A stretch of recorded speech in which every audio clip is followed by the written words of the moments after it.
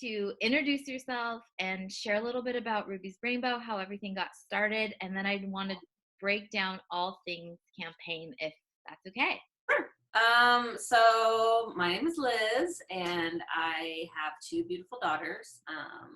Ella May is 11, and Ruby Doobs is 9. And we didn't know she was rocking an extra chromosome until she was born. And I always say the second I held her, it was like a shockwave went through my body, and I just really wanted the world to see what I saw in her. I didn't know anything about Down syndrome when she was born. And, I didn't know how I was going to show the world or what, I wanted to do, but I just knew that I couldn't do nothing.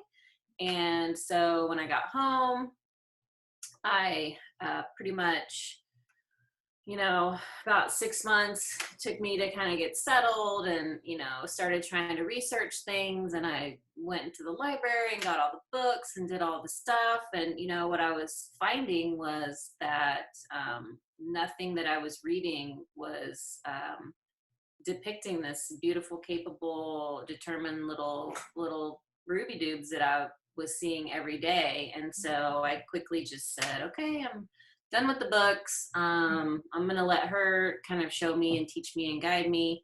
And from there, I just really wanted to know, well, what's the potential for her future? Like what's out there? And there really wasn't a lot of things out there in terms of adult, people with Down syndrome. And, so I literally just looked at my husband one day and was like, I want to help somebody with Down syndrome go to college. And I remember specifically looked when he goes, do people with Down syndrome even go to college? And I was like, I have no idea. I don't know. I'm going to find that one person and I'm going to help them go to college. And, so it really kind of just started off, very organically like that, with me just knowing in my heart that my daughter was capable of great things. I didn't necessarily know exactly what all those things were, and still don't, obviously. I mean, she's only 9, but, and from there, I just made a goal of one $2,000 scholarship. It took me a little while to get, I did all the 501c3 paperwork myself, and, because, we didn't have any money or anything. Right. And so welcome to the world of nonprofits. I can't pay anybody to do it. Yeah. So I, kind of got all that set up. And then, I live in a great community here in Austin. I live in Austin, Texas. And lucky. I know it's a cool town. And although there's too many people here now, so I know us Californians keep trickling in. Yeah. So I moved here from California, so there you go. You started the trend. So I was born and raised here, but I got ants in my pants in my 20s and moved to Colorado. I was in Vail for about 5 years, and then San Diego, where I met my hubby. Nice. And once we got engaged and decided we wanted to kind of settle down, we came back here because it's so expensive there. So same reasons other people come here. Yeah. So anyway, I live in this community that's fabulous, and I, waited tables for many, many, many years, like a whole lot of other people, to support myself. And I used to work at a restaurant here called Maudie's. It's a Tex-Mex restaurant. And they, at the same time I was starting Ruby's Rainbow, were starting a charity golf tournament. So they picked me because I'm part of their Maudie's family, and picked Ruby's Rainbow to be their beneficiaries of the golf tournament. So I was freaking out, like, oh my gosh. And we had already decided we were going to do a bowling tournament too, because I really wanted to do something that brought community together. Like a huge part of what we do also is the awareness piece. And, I'm just a people person, and, I love having my people all together. And so we were planning on the bowling tournament in the summer, but this happened in the spring, and we raised $7,500. And I was like, OMG, like I can't even believe it. Like, what is happening? And that's kind of grown every year. Like now we raise about $30,000 every year with that golf tournament, which is pretty steady. Although it was actually supposed to be tomorrow, but we're moving it to the fall. Yeah. Um, I'm sure people on this call can relate. Anyone can relate on postponing an event right now. Yes, absolutely. That's why I feel so blessed that the pledge was when it was, and that people still were, interacting and, Yeah. Anyway, so long story short, the first year I had a goal of $2,000 scholarship, and even with the bowling tournament, we raised like $22,000. And so I was like, holy shit balls. Like, this is like people are believing in what we're doing. They're believing in people like my daughter. And not only are they believing, but they're going one step forward and investing in their futures, And so for me, it just charged me even more as a mom to go, okay, this is needed. And then come to find out there was programs all across the nation for people that have intellectual disabilities. So there were people with Down syndrome that were going to college. So that first year we were able to give 11 scholarships. We got 15 applications. Wow. We were able to give 11 $2,000 scholarships. And I was like in hog heaven. But of course, having to turn anyone away drove me even harder to like, okay, we're gonna, what can we do to ramp this up? Yeah. So that's kind of how we started. And then everything just continued to grow and grow and grow. And the pledge, this was our 4th year to do that. So so you started Ruby's Rainbow. You said she's 9. You started that not too far after she was born, really. Right. And so you've been running the pledge for only 4 years. Yes. What? Okay. And now I'm like, now you're even a more mega superstar. You're like A-lister for me. Funny. No. Okay. So tell everyone what the pledge is, what the campaign is, and really how you got started with that. So so the pledge is, we were really just kind of looking for a way to engage people outside of our own community, because we were raising money with our local things, right? But I wanted the world to know that people with Down syndrome are going to college, and that they're capable, and that they're amazing, and so we were trying to think of a way to just engage more people, the world. And so we were thinking about like the sharing piece and how we wanted, and so first off, our organization is run on every little bit, right? Like it's just me. It was me alone. I mean, I have board members and whatnot, but like in terms of doing things, the day-to-day. Alone until last year we grew enough to have a part-time admin. So now I have a part-time admin, which is life-changing, and it frees me up to do more of the creative stuff that I want to do, and really connect more with, I mean, that's my jam, like, connections and the sharing and, all of that kind of stuff. Yeah. You are, by the way, then like the ideal personality to be an executive director. Oh, thank you. And fundraiser. So honestly, I was an esthetician for about 13 years before, and I did Ruby's Rainbow for the first 4 years in conjunction with my full-time job. Wow. And it took, about that long to grow enough to where I could make it my full-time job, like I volunteered my time the first 4 years. Wow. Yeah. Which was a lot. My husband was like, Liz, like you're gonna burn burn out. Like there is not going to be a Ruby's Rainbow if you continue on this path. Because in my mind, like when we first started it, I was so naive. I had no idea what I was doing. And I remember my husband one day, like not long after, I was working to get it started or whatever. And he's like, maybe one day this can be your full-time job. And I was like, I would never take money. It's like taking candy from a baby. I wouldn't take money from the organization to, that could go to a recipient. He's like, Liz, all nonprofits pay people. Like you can't just because, and so it took me a long time and realizing that there's no way that I could, like, there wouldn't be a Ruby's Rainbow if I didn't, because as a family, we can't have, just one income, and I couldn't keep going down that path, so. Hi, this is my older daughter, Ella May. Hi. We're just talking. I'm just super confused because I'm sorry, the homeschool thing. Yeah, that's okay.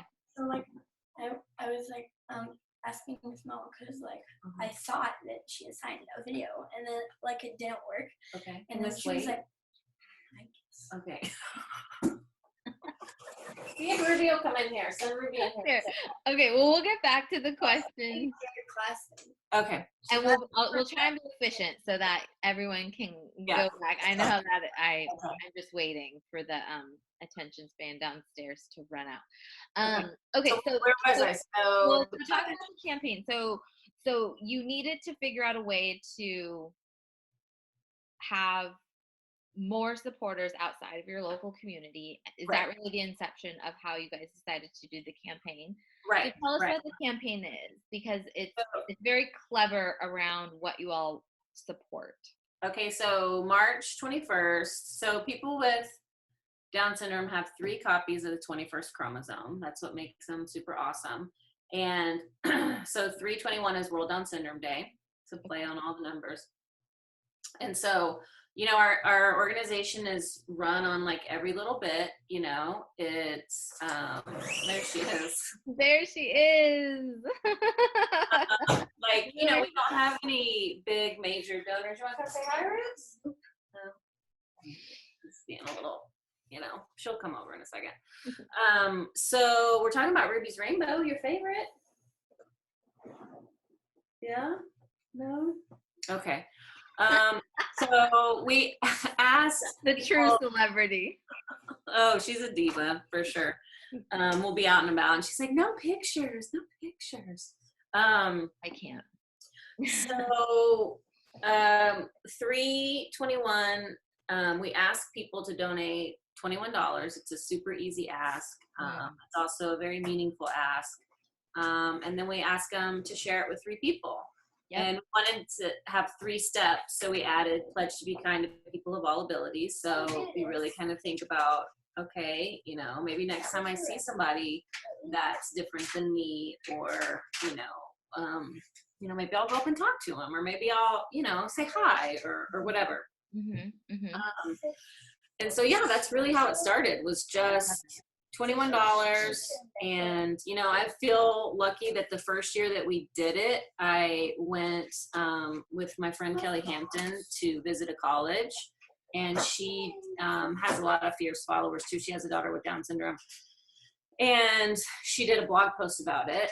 And that first day we launched it, we raised $50,000, which for us was like a year's worth of fundraising. And so I remember this is when my office was in the living room, and my husband, we also had a garage office that we turned. My husband built me this beautiful office here. We share it, but I used to work out of my living room at a desk, and he kept coming in, and we were like, just kept refreshing, and we were just looking at each other like, oh, is it happening? God. Like, what is going on? Yeah. And so, that's kind of how, I always joke that Kelly put us on the map, and so that really helped, get it kind of going. And now, we share a lot of videos, and I feel like, yes, which I want to get into because they're so amazing. So, I guess just like logistically for people that are really thinking, like, especially during this time when really in-person fundraisers are on hold, and not for nothing, they can be a very time intensive and very expensive to produce. And if you're a super small startup nonprofit and you don't have thousands of dollars in the bank to front load, a possible return on your investment, I think an online campaign is fantastic. So just logistically for people, so they can understand, like, how far out do you plan the campaign? How many people do you have involved? Like, what are some of the logistics of kind of getting things going? It's so funny. Somebody the other day was like, "Your marketing person is great," and I was like, "It's just me."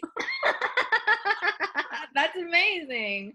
Well, I think I said that to you. I think I said, I don't know if you are a well-oiled machine or not, but you pull it off to make it look effortless. Oh, Really, okay. really beautiful. I mean, I have people like, we had an opportunity, this was like 2015, I think, to do this thing in Austin called the Film Frenzy. And so you're paired with, we'd never done any kind of videos before.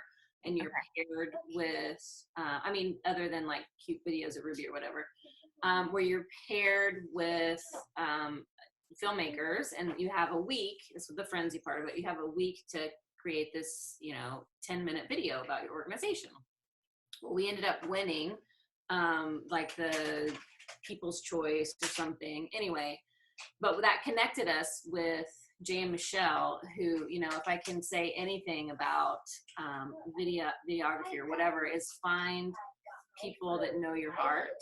We've worked with them for 5 years, and they're the ones, that, of course I come up with the ideas and the feeling that I want, and what do I want these people to know, but they know like my heart and what I'm trying to say throughout, all of the stuff that we've gathered. And so I think that's just been a huge part of the success of, a lot of our online campaigns and just in general, because it allows people to connect with the faces of the people that we're helping, connect with Ruby, connect with our mission and why we're so passionate about it. Yeah. So yeah, I mean, as far as like how far out, I mean, I'm always thinking about it, like right now I'm thinking about next year. Okay, what are we gonna, what story can we tell that people, will inspire people to donate again and come back again and continue supporting our mission. So, I mean, this year we updated our website, the Pledge website, because that's its whole own thing. Because of the concept of it with the donating and sharing. And another piece of that was I really wanted people to see that they can make a difference just by the sharing, because the sharing part is just as important to us as the donation, right? Because you've built a huge following. You have thousands of followers on your social media channels. I can only imagine what your email list is. You've done a really good job of building. Hi, Ruby. You ready for brain pop? Okay, well, we can do that in just a minute. Mommy's going to finish talking. You want to say hi to my friends? I don't want to. Okay, that's okay. But I'm doing this, okay? After I can do it for you, I promise. After you just fix it. After I'll do it, yeah. But I'm busy talking. See these beautiful people here? No, don't talk, please. Okay. I have to talk, sweetie. Listen to me. I love you, okay? But mommy has a call right now, and after this call, I promise, you can wait. I'll put brain pop on, okay? I can't. Well, you're gonna have to. I can't. You're gonna have to, my love. I'm sorry. That's okay. It's totally fine. Pop that she wants and not something else.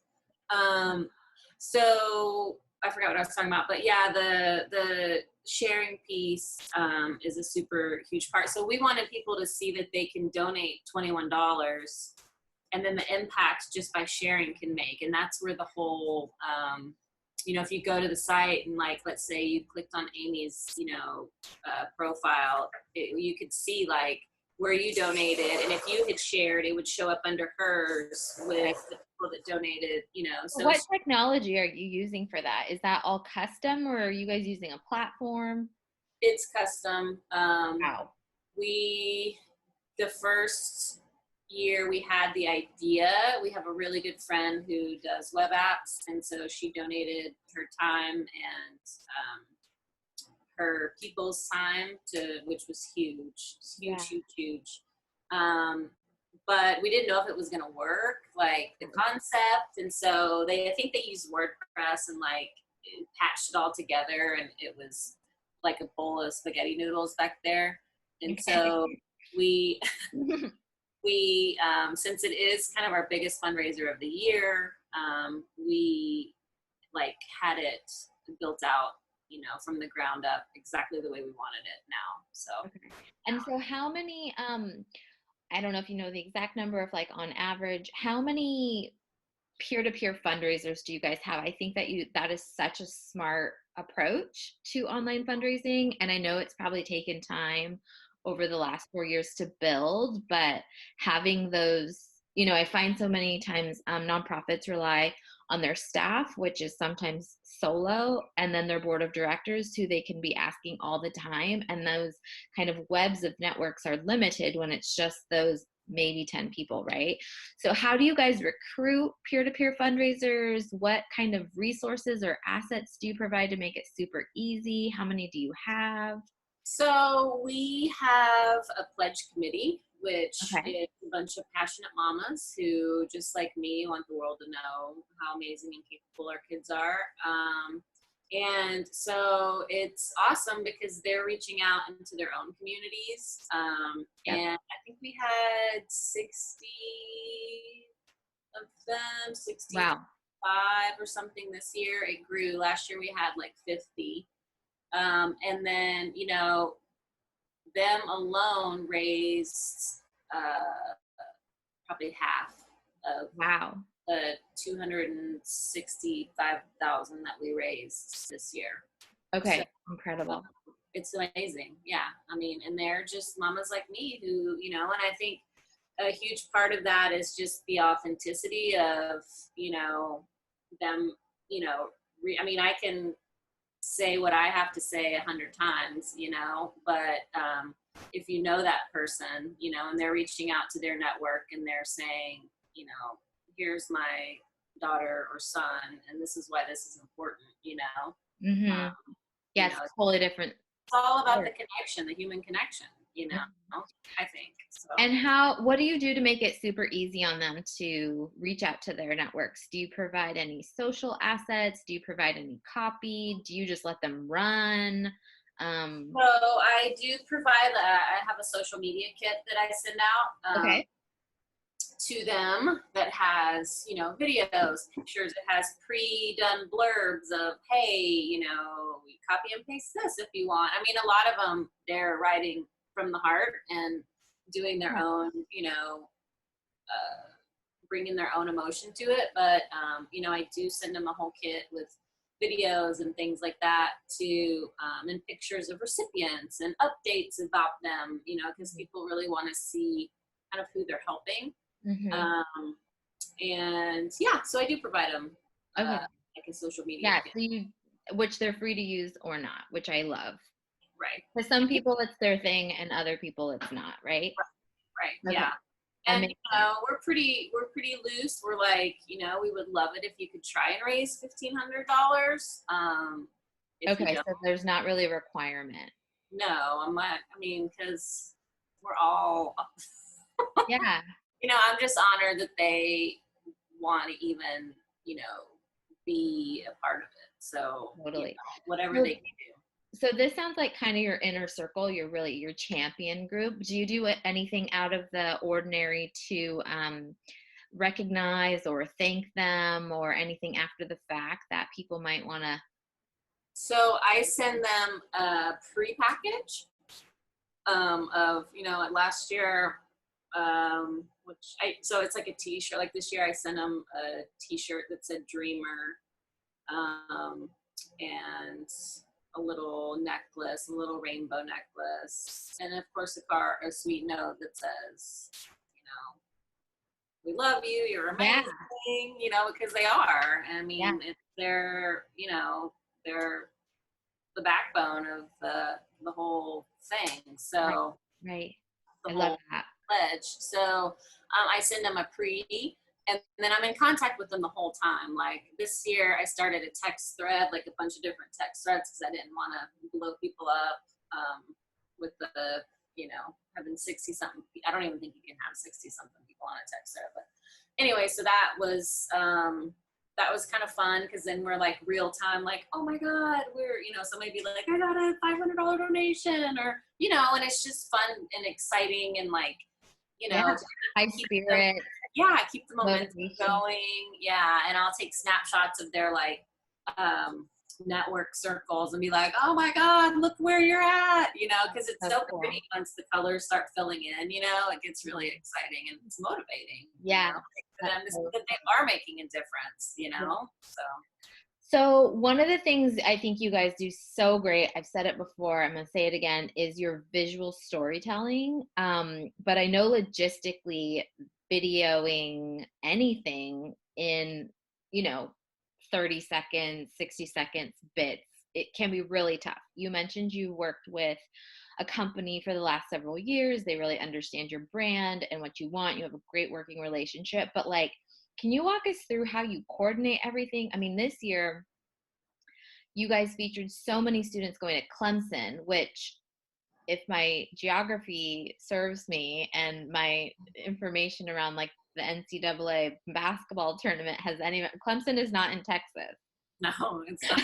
So I was thinking about that watching this. I'm like, how did they get all of this together, and the parents? And so like I said, my brain's always working about stories that I want to tell, and like, and so we had. Well, maybe so. Tell everyone about maybe your relationship with Clemson University, and then how. Well, I mean, I've met. So I have relationships with a lot of the directors of these programs. Okay. And so that's, you know, I meet them, or even just via email. You know, I connect with them. But we have like 13 recipients there. So in my brain, I'm like, oh my gosh, perfect time to go. And we do an October awareness campaign every year. It's all about awareness. We're not trying to raise funds or anything. It's all about, you know, showing the world how amazing and capable people with Down syndrome are. We didn't want to muddle it with like asking for money or anything. So that, I was like, how perfect, you know, we'll take Ruby and Nella, because Nella comes, my friend Kelly's kid. Kelly does the photography, and we'll get the Clemson. It was kind of I wanted to show how the older generation is inspiring the younger generation and really changing and forming, you know, their path and future, right? So yeah, it's amazing what they're doing, obviously, but they're doing something even more amazing by changing the future of this next generation. So just by being awesome. And so we got a bunch of pictures of them there, and you know, we are a nonprofit that, you know, we try to make most of our funds go towards, you know, awareness and our scholarships. And so since we were there already, I was like, okay, well, how can we make this into our pledge videos, you know? So, I mean, it's a lot of work. Like we were there, I think, for, I don't know, 4 days or something. And we just, I mean, I make a schedule, and I have like the questions that I want asked. And, you know, I just reached out to see like some families that could come in with the younger kids. Yeah. And I just made it. Yeah, but so you basically batch worked in 4 days, a ton of photography, you captured the video, you coordinated it all, and you just, rather than try and capture things over many months or something, you just kind of hunkered down and just did it all. And then they came back and edited it later. Right. Great. So then how often are you emailing and posting and sharing during this kind of campaign? Is it a month long or is it 21 days long? Like, what's roughly the timeline? 2 weeks long. Oh, it's only 2 weeks long. Wow. Because I think, if you make it longer, your voice gets drowned out and it makes it less effective. And even 2 weeks, is like, whoa. I mean, by the end, it's like, oh my gosh, like excited that it's over because yeah. But yeah, it's 2 weeks, and I was posting every day, sometimes twice a day during that 2 weeks. Okay.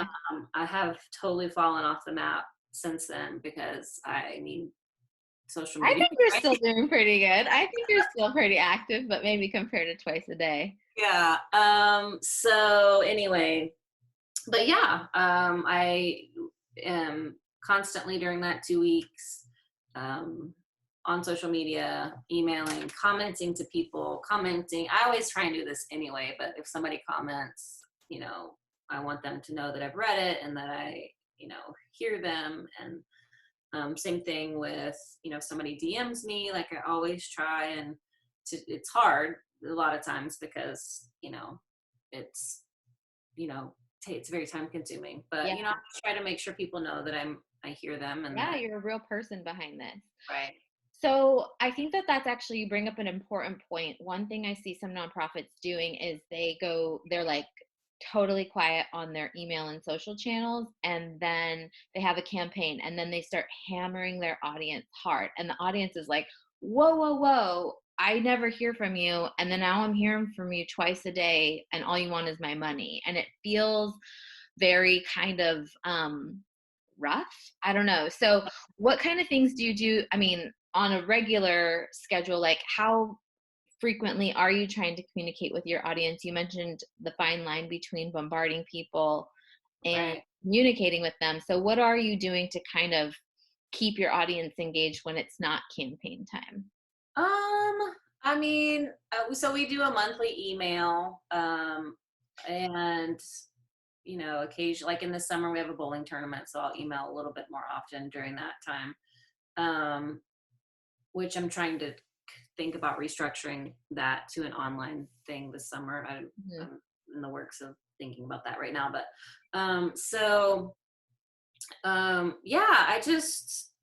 it's all through like social media, and I just try and stay engaged. And so you can't go dark. I mean, so this is really an effort year long. Right. Oh, for sure. Yeah. So Pauline is asking in the comments, I know you guys had a really big goal, especially compared to last year, of raising $321, which given the date is very significant. And then COVID happens during all this, and but you guys still were able to raise, she said on your website you guys have posted $267,327. Is that? That's correct. That's amazing. I know. In 2 weeks. I know. That's great. We made the goal, and it was a total lofty goal. So like in my head, I was like, we didn't reach it, but that's totally fine. Even if we weren't in a global pandemic, like that would have been totally fine. I think that's just what we're going to keep our goal at, continuing to go on. And sometime maybe we'll hit it, and, sometimes we don't. It is over, right? But people still have been, so the day of, I think we hit 261 or maybe 262, but people continue to donate. And I've gotten a couple of like I got $1,000 donation that was unexpected that I put in manually. It was like a check from like a family trust or something. Yeah. So yeah, it does continue to grow. Some people do monthly donations, and so that will keep ticking it up. Like last year, I think we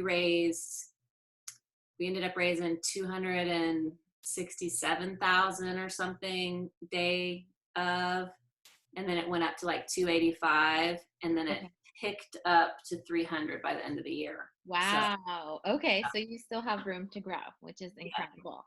We That's do.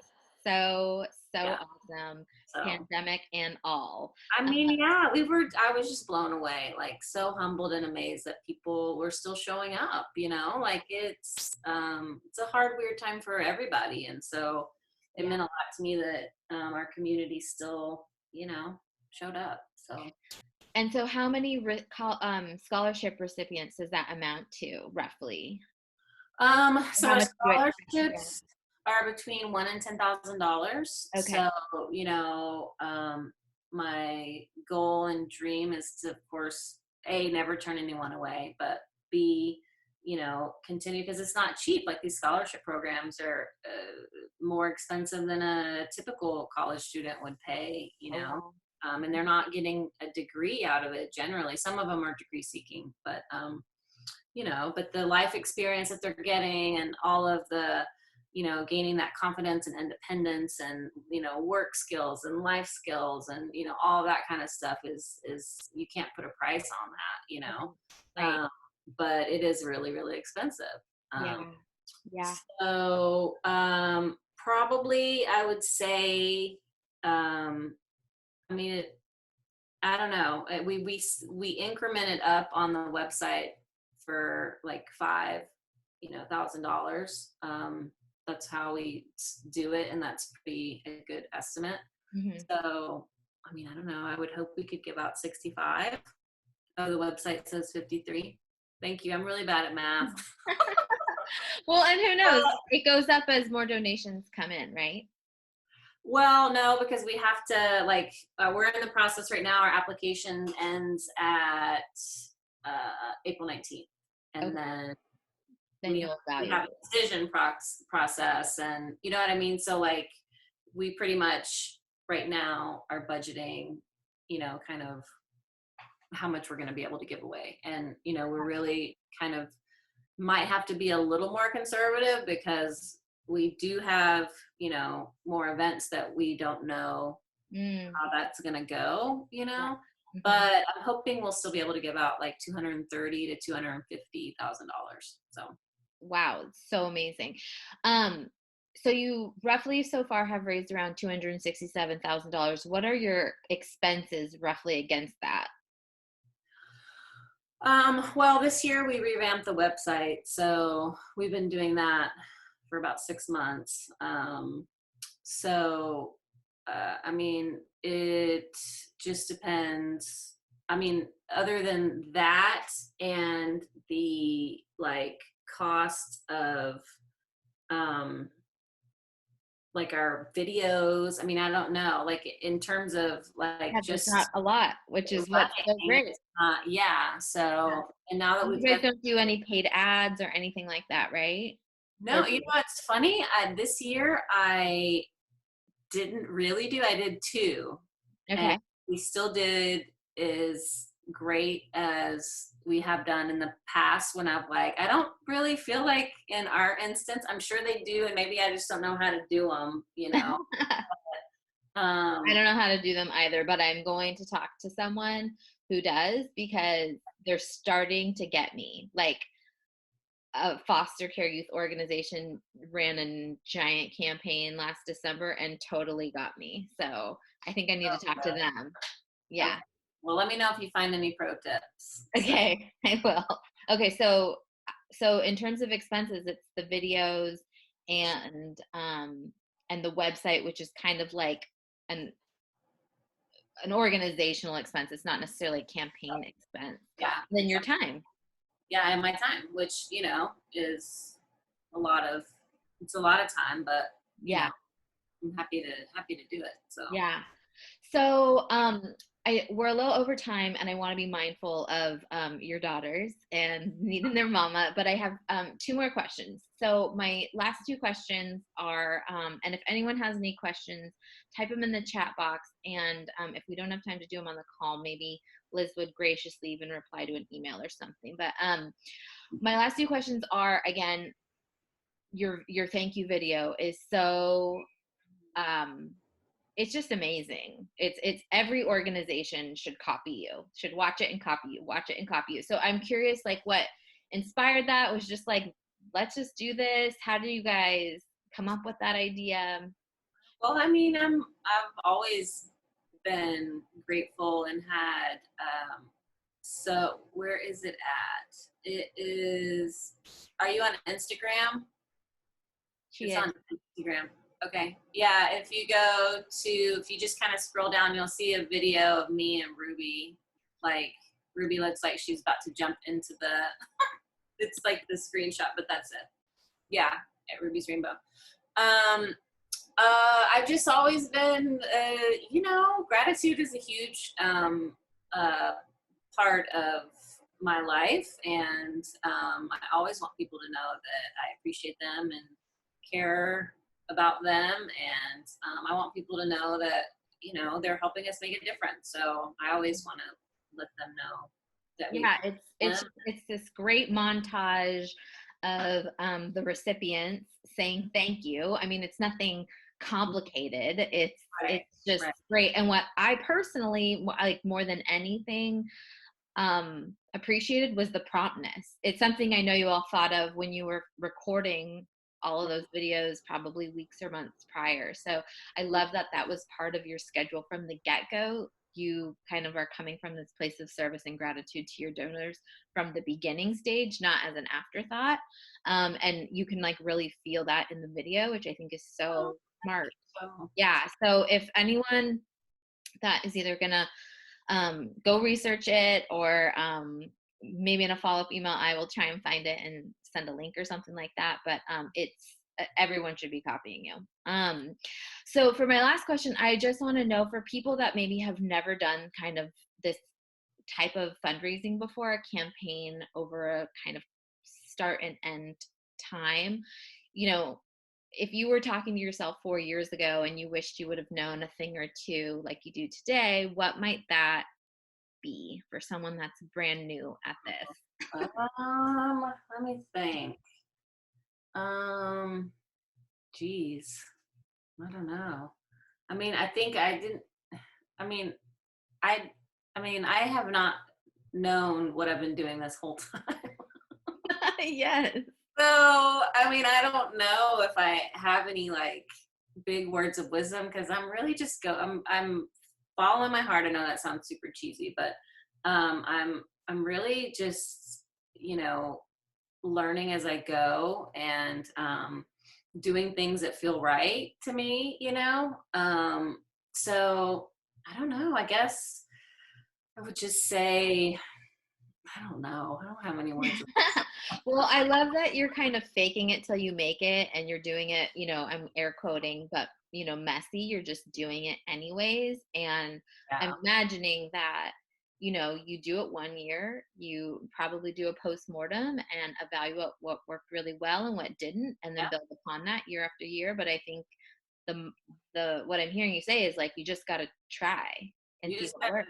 Yeah. I mean, when I first started this, it was just one foot in front of the other, okay, well, let's do this, let's try a bowling tournament. And, here we are 9 years later, we're about to have our ninth one, and people love it. They look forward to it, and they, will email or text me in the beginning of the year, when's the rain bowl? Because I need to know like my, summer schedule, and I don't want to miss it, things like that. So you just kind of got to put one foot in front of the other and do it, and do things that feel good in your heart, Mm-hmm. And I have a feeling that's what's made this attractive for so many people, whether they're parents or grandparents of people rocking that extra chromosome, as you like to say, or someone like me who isn't, but has friends or has new eyes open to all of the capabilities of these special humans. I think that it really comes through. And so again, if you and your organization can work to tell those stories, especially visually with the way we have video and such and social media, you're just going to go, go, go. I'm hoping. I'm gonna keep flapping my gums as long as people listen. So. Well, Liz, you are a true celebrity. Maybe not as high on the list as Ruby, but Sorry, she was such a little. no, she's 9 and she's perfect. And I can't thank you enough for spending some time with us and walking us through this campaign. I know I learned a lot. I'm going to go talk to all my clients about it. For anyone that is still on the call or is going to watch this recording as soon as I can get it up, I am doing a giveaway with 5 other people. It's over $2,000 worth of services from grant writers and social media experts and everything. If you go to my Instagram page, you can find out how to sign up. We're really excited about it. Giveaway ends on Friday. Share with all your friends. I'm at Out in the Boons _ on Instagram. And Liz, good luck during this pandemic and the homeschool. I have to say, it's a good and a bad. I've got a 3-year-old, so we're not quite in homeschool land. But we are in a lot of togetherness time. Which luckily we enjoy being together. But yes. It's the schooling part is where I'm like, oh my God. Yes. But yes. I mean, I definitely I don't see a homeschool future in my family's future, but more power to those that will. I'm actually excited to see what new things come out of all of this. I am too. Thank you for your time. I'm so grateful. Have a great afternoon, everyone. Thanks for joining us. And bye, guys. Follow Ruby's Rainbow. See ya.